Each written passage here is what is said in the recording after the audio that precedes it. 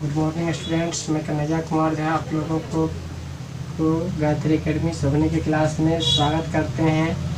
हम आप लोगों के बीच आज क्लास 9th का सब्जेक्ट मैथ का एक्सरसाइज 16.2 का 2 का दूसरा नंबर हिसाब से लेकर हाजिर हूँ। इससे पूर्व क्लास में हम 2 का 1 नंबर हिसाब बता चुके थे। 2 का दूसरा नंबर हिसाब जो है इसमें दिया हुआ है, क्या कहता है, एक लंबवृत्तीय बेलन के आधार का क्षेत्रफल जो है पाई ए स्क्वायर है। जैसा कि हम यहाँ दिखाए भी हैं, सूत्र होता है पाई आर स्क्वायर बराबर आधार का क्षेत्रफल।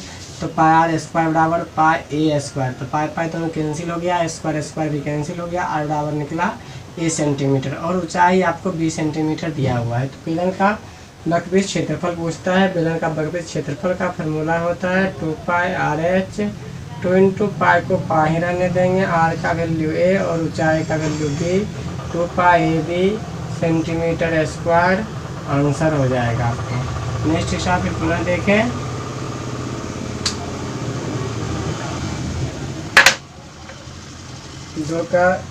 दो नंबर बाद जो है 3 का 1 नंबर हिसाब है, जरा देखें उसको।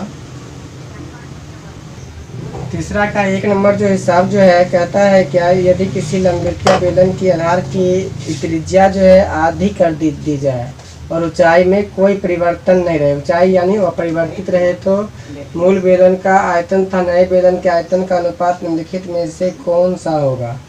तो कहता है क्या कि किसी लंबवृत्तीय बेलन की आधार की त्रिज्या आधी कर दी जाए, यानी आधी करने पर आधार की त्रिज्या बराबर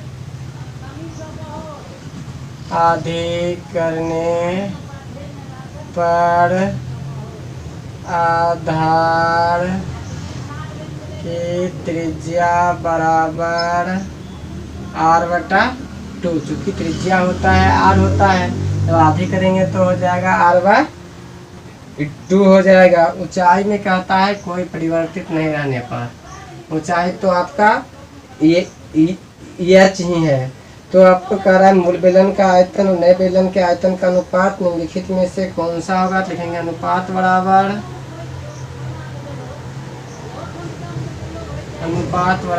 मूल बेलन का आयतन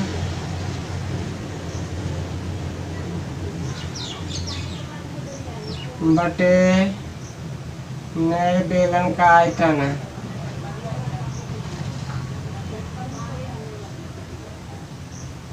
मूल बेलन का आयतन होता है पाई आर स्क्वायर एच और नए बेलन का आयतन हो जाएगा पाई इंटू r/2 का स्क्वायर इंटू एच, क्योंकि ऊंचाई में कोई परिवर्तन नहीं करना है।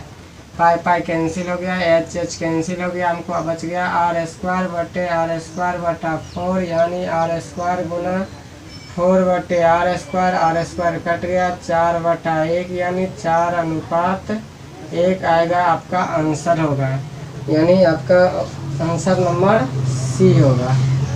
नेक्स्ट फिर देखें 3 का 2 नंबर, तीसरा का दूसरा नंबर हिसाब जो है कहता है यदि किसी सम्मेलन की त्रिज्या एवं ऊंचाई दुगुनी कर दी जाती है तो सम्मेलन का आयतन कितना हो जाता है। यानी दुगुनी करने पर त्रिज्या बराबर 2r, दुगुनी करने पर त्रिज्या बराबर 2r, दुगुनी करने पर ऊंचाई बराबर 2h। तो बेलन का आयतन बराबर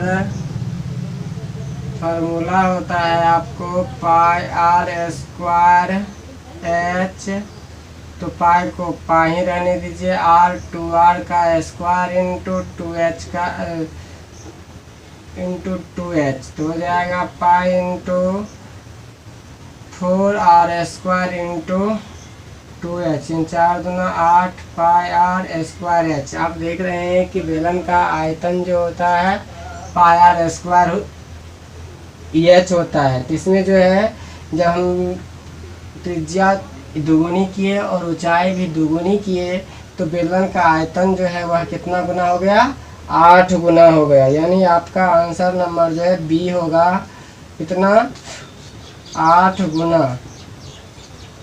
नेक्स्ट फिर देखिए तीसरा का 3 नंबर हिसाब जो है उसमें कहता है क्या यदि किसी बेलन की त्रिज्या दूनी एवं ऊंचाई आधी कर दी जाए तो मूल बेलन तथा नए बेलन के आयतन का अनुपात निम्नलिखित में से कौन सा होगा।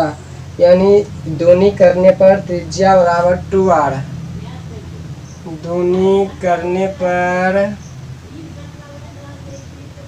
त्रिज्या बराबर 2r और ऊंचाई जो है वह कह रहा है आधी कर दी जाए, और आधी करने पर ऊंचाई बराबर h/2। तो कहता है क्या कि मूल बेलन तथा नए बेलन का आयतन का अनुपात निम्नलिखित में से कौन सा होगा। तो अनुपात बराबर मूल बेलन का आयतन बटे नए बेलन का आयतन।